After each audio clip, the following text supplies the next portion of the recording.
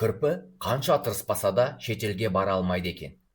Әуежайда кедендік бақылауда «Тесіп кесетін заттар бар ма?» деген сұрақта сапары аяқталады.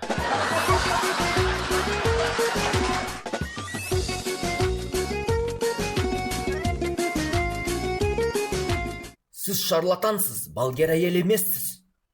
Неге? Мен сіздің осылай айтатыныңызды білдім. Мама, қара, мен қолдарымды қолданбай сүйіп тұрмын. Бүкіл автобустың алдында айғайлап айту керек пе оны? Магнумнан доставкамен әкелетін байланған целлофан пакеттерін жыртудың орнына ашатын адамдар жалпы 2-3 жыл өмірін жоғалтады екен. Маған психолог кеше 1 сағат бойы сіз ешкімге ештеңе міндетті емессіз деп айтып, соңында сіз маған 15 000 теңге беруіңіз керек дейді.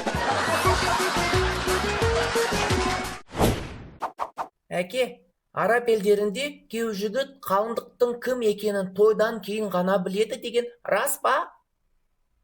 Барлық жерде солай, балам, барлық жерде.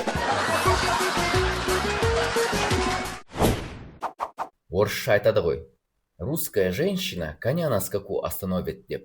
Біздікі былай, қазақ әйелі жылқыны тоқтатпай қазы істеп үлгереді.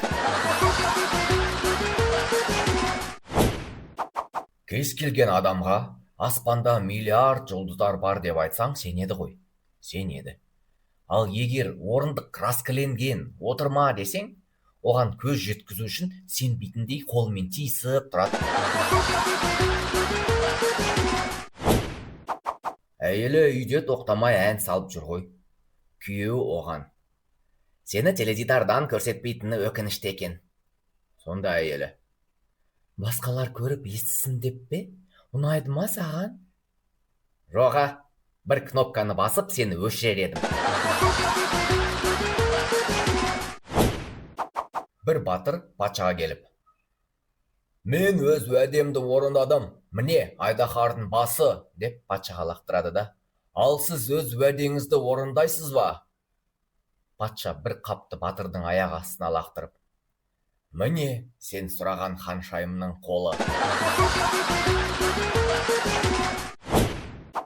Әйелі күйеуіне: маған жаңа пальто сатып алшы.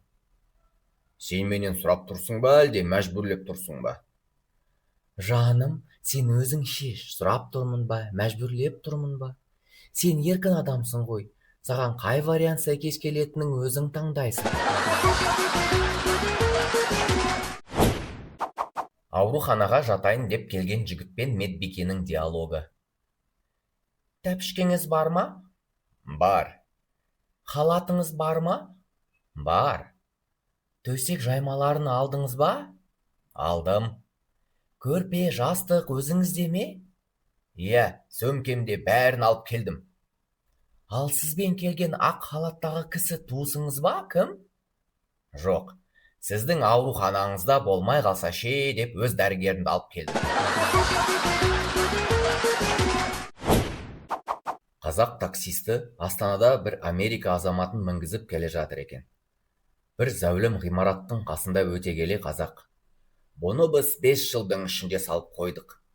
Оған американдық: бізде ондай 3 жылда көтеріледі.